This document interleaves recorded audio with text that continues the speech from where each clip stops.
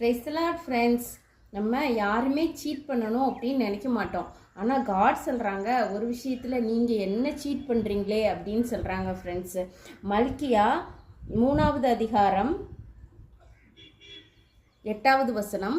மனுஷன் தேவனை வஞ்சிக்கலாமா? நீங்களோ என்னை வஞ்சிக்கிறீர்கள். எதிலே உம்மை வஞ்சித்தோம் என்கிறீர்கள்? தசம பாகத்திலும் காணிக்கைகளிலும் தானே. ஆமாம் ஃப்ரெண்ட்ஸ், நம்ம அனுபவிக்கிற ஒவ்வொரு பிளெஸ்ஸிங்கும் ஒரு ஒரு சின்ன சின்ன ஆசீர்வாதமும் எல்லாமே காட்கிட்ட இருந்து வந்துச்சு ஃப்ரெண்ட்ஸ். அதனால நம்ம கடவுளோட ஊழியத்துக்கு, கடவுளோட காரியங்களுக்கு, சர்ச்சுக்கு, இந்த மாதிரி எல்லாத்துக்கும் நம்மளோட தசம பாகத்தை நம்ம கொடுக்கணும் ஃப்ரெண்ட்ஸ். அப்போ தான் நம்ம தேவனை வஞ்சிக்க மாட்டோம், நம்ம ஆசீர்வதிக்கப்பட்டவங்களாக இருப்போம் ஃப்ரெண்ட்ஸு.